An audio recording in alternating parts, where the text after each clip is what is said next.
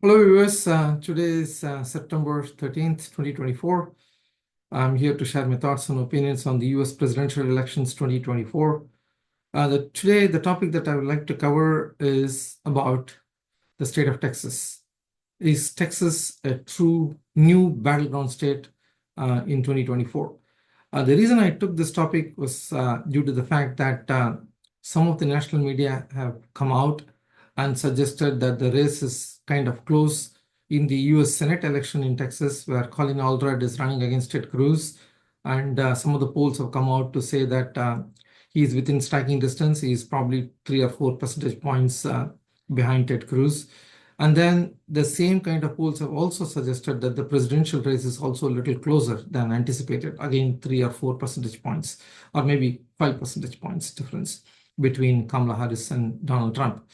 So that's the reason I would like to speak about this, because I did do some analysis and I would like to share that with you guys. So before you look at the current scenario on the ground in Texas, or what's happening in Texas, let's look at it from an historical perspective. So let's start with the year 2000 election. This was an election where George W. Bush was running against Al Gore. Remember, George W. Bush was a very famous personality in Texas, not just because he was a governor, but also he was from the Bush family. They had their roots in Texas. He was also a very popular governor then. So he won that particular election in Texas. He got somewhere close to around 60% of the votes, and Al Gore got somewhere between 37-38% of the votes. So the margin was huge, around 22 percentage points. Then in 2004, George W. Bush ran for re-election, and he was pitted against John Kerry. So in that election, he got somewhere close to around 61% of the votes, and John Kerry got somewhere close to around 39% of the votes. Again, it was a 22 point margin between the Democrats and the Republicans. So George W. Bush won very convincingly. So then in 2008, this was an election, it's an Obama wave election. Barack Obama was running against John McCain. Barack Obama, during that election, as you all know, won pretty much all the battleground states. He also won the other states that are not even battleground at that time, like North Carolina. So in Texas, he lost Texas, but he was able to narrow down the margin. So he lost by around 12 percentage points. John McCain got somewhere close to around 53%, and Barack Obama got, John McCain got somewhere, I think, around 55%, and Barack Obama got somewhere around 43% of the votes. Then in 2012, Barack Obama was pitted against Mitt Romney. In that election, actually, Mitt Romney did better than John McCain, and he won by around 15.5 percentage votes. He got around 56% of the votes, and Obama was able to get only around 41.5% of the votes. So up to this point, if you could see, Democrats have lost these 4 consecutive elections by double digits. Then something changed in 2016. In 2016, Donald Trump was running against Hillary Clinton. And in this election, Donald Trump got around 52.2% of the votes. And Hillary Clinton got around 43.2% of the votes. So the margin got reduced to 9%. So this is the first election where the Democrats have narrowed down the margin from the 2000 onwards. This is the first election where they narrowed down the margin of loss from 2 digits to under to the single digits, under 2 digits. So the margin in terms of the number of votes also came down less than a million. It was more like a 800,000 votes margin that Donald Trump had against Hillary Clinton. Then in 2020 election, there was a further seismic shift in terms of the polling percentages for the Democrats. Donald Trump got only 52%. He stayed at 52%. But Joe Biden was able to increase the poll percentage, and he got 46.5% of the votes. So the margin further narrowed down to 5.5 percentage votes. And also, from in terms of the number of votes perspective, the margin was around 650 odd thousand votes. So this is what makes the Democrats believe that maybe Kamala Harris can narrow down the margin further, and she might even be able to win. That's the theory behind this. But to look at this theory, let's look at the demographics as per the 2020 census data in Texas in terms of race.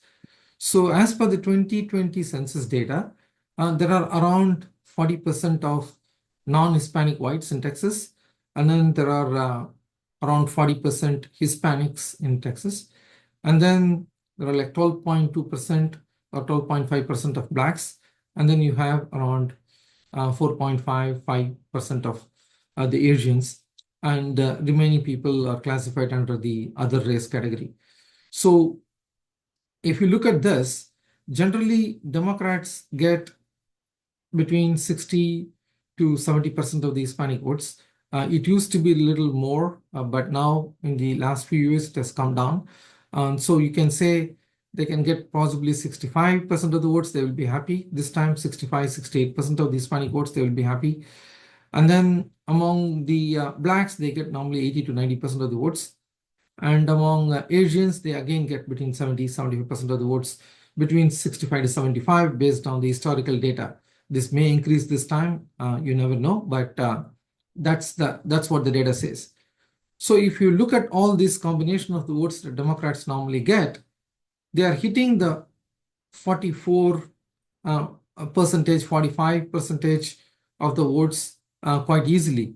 The real issue now is whether they can go further and hit around 48 or 49% of the votes. They don't necessarily need to get above 50, but even if they get 48 or 49 with some independent votes going the other way, they can still be able to win the presidential election. But I think in this election, it's going to be a little difficult for them to narrow down that gap.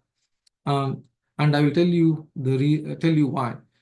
Because generally, if you look at any state where the Democrats are trying to flip from red to blue or red to purple, you have to look at whether they have actually won any other statewide race in the prior 5, 6, 7, 8 years.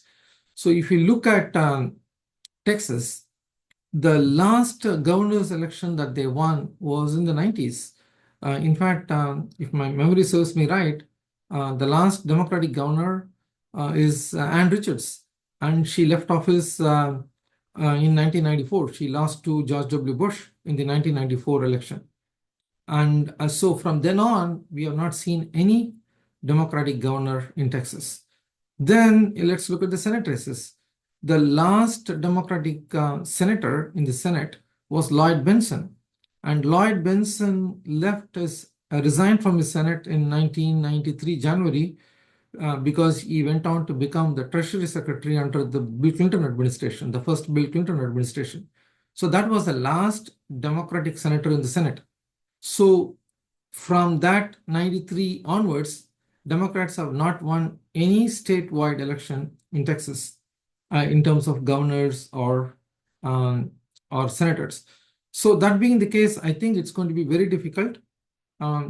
As an example, you can look at North Carolina. In North Carolina, they are able to win the governor's races, and they are able to win some Senate races. So this has not happened in Texas. So till that happens, it's going to be very difficult for Democrats to win at the presidential level. They will come close, but I don't think that they will be able to make it this time. But we can look at whether this is truly a battleground state or not by looking at if Democrats are going to spend more time, resources in that state. I believe if during the last 10, 15 days of the campaign, if Kamala Harris and Tim Walz spend some time, if they go to big cities like Austin, Houston, Dallas, San Antonio, and other places where they can have a huge rally, if they do that probably 2 or 3 times, then I would say that even the Democrats think that they have a chance. Similarly, Republicans will not be worried about Texas unless otherwise I see Donald Trump or J.D. Vance making visits to Texas in the last 10 days of the campaign. And finally, money also matters. Texas is a huge state, and you have to spend enormous amount of resources to really compete there. So I will also look at that. If Kamala Harris is willing to spend like $35 million in the last 15 days in Texas. The reason I'm saying last 15 days is right now both campaigns are trying to shore up the existing battleground states. So you will only try to expand the map if you think that you have a chance to expand the map. And that will happen only in the last 10, 15 days. Their internal polls will suggest that they are relatively safe in certain battleground states now that they can go and spend their resources in other states. So that's why I will look at the money. I will look at where the campaign rallies are happening.